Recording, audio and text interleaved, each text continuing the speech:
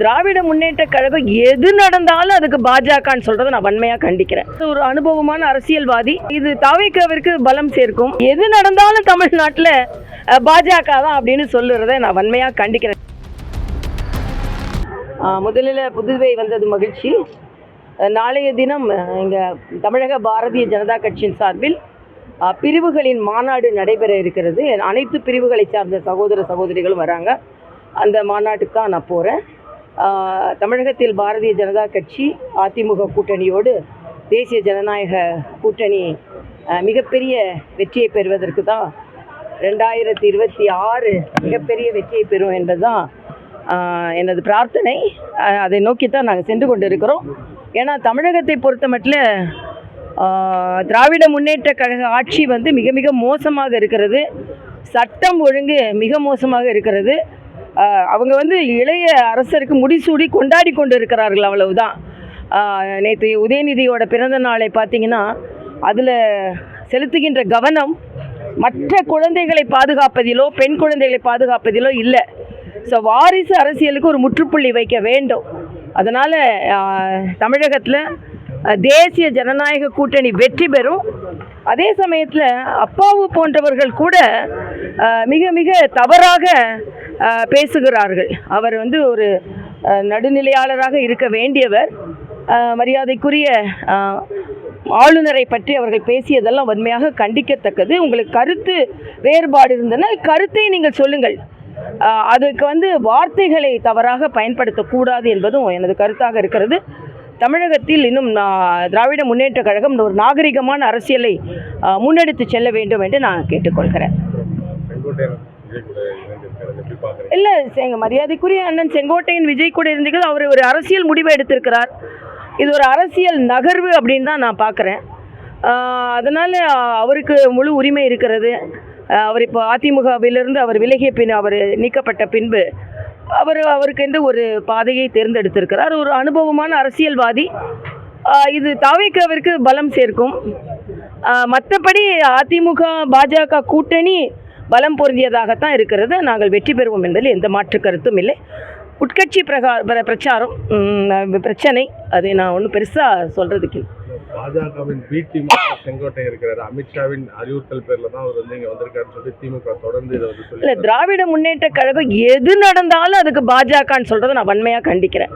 அண்ணன் செங்கோட்டையன் அவர்களாக ஒரு முடிவு எடுத்திருக்கிறார்கள். அந்த முடிவுக்கும் பாஜக தான் காரணம் என்று சொன்னால், அப்புறம் அப்படி பார்த்தா எது நடந்தாலும் தமிழ்நாட்டில் பாஜக தான் அப்படின்னு சொல்லுறதை நான் வன்மையாக கண்டிக்கிறேன். நேற்று கூட பிசிகாவை சார்ந்த ஒரு சகோதரர் அவரை செங்கோட்டையன் அவர்கள் சேர்ந்ததை பற்றி கேள்வி கேட்ட உடனேயே அது பாஜகவின் சூழ்ச்சி அப்படின்னு சொல்கிறாங்க. இது அப்போ பாஜகவை பார்த்து திமுகவும் இந்தி கூட்டணியும் எந்த அளவிற்கு மிரண்டு போய் இருக்கிறார்கள் அப்படின்னு. அப்போ நேற்று உதயநிதியோட பிறந்த நாள் கொண்டாட்டத்துக்கும் பாஜக தான் காரணமா? அப்போ எது நடந்தாலும் பாஜகவுக்கு தான் காரணமா? ஆக நீங்கள் இதை சொல்கிறீங்க. எனக்கு ஒரே ஒரு நான் பார்த்த ஒரு அப்சர்வேஷன் என்னென்னா, நேற்று உதயநிதி அவர்களின் அந்த பிரச்சாரம், அவரை கோட்டைக்கு போவோம் என்று சொல்லி கொண்டிருந்தவர்களின் அந்த மறுபடியும் கோட்டையை பிடிப்போம், அதுவும் உதயநிதி மூலமாக பிடிப்போம் என்று சொன்னவர்கள் நேற்று செங்கோட்டையன் அவர்களின் அந்த செய்தியினால் முற்றிலுமாக மறைக்கப்பட்டிருக்கிறார்கள் என்று தான் நான் சொல்ல வேண்டும். பாஜக அதிமுக கூட்டணி பலமாக இருக்குது. அதில் நாங்கள் வெற்றி பெறுவோம். நாங்கள் அதிமுக கூட தான் கூட்டணி வச்சிருக்கிறோம். அது உள்ள சில பிரச்சனைகள் வந்ததுன்னா அதுக்கு பாஜக பொறுப்பு இல்லைன்றதான் எனது தாழ்மையான கருத்து. அதிமுக முக்கிய தலைவர்கள் ஆட்சியில் பங்கு கிடையாது பாஜக தொடர்ந்து சொல்லிட்டு வராங்க. இல்லை, அது ஏற்கனவே சொல்லி கொண்டு வருகிறார்கள். தேர்தல் வரட்டும். நாம் எப்போவுமே எங்கள் அகில பாரத தலைவர்கள் என்ன சொல்கிறார்களோ அதன்படி நாங்கள் நடப்பவர்கள். அவர்கள் என்ன வழிகாட்டுகிறார்களோ அந்த வழி நாங்கள் நடப்போம், அவ்வளவுதான். இல்லை, இன்னும் நிறைய கூட்டணிக்கு வர வேண்டும் என்பது எங்களது விருப்பம். இன்னும் சொல்ல போனால், நான் ஏற்கனவே சொல்லியிருக்கிறேன், எதிர்கட்சியின் வாக்குகள் சிதறக்கூடாது. சிதறாமல் அவர்கள் எல்லாம் ஒரு வியூகம் அமைக்கணும்.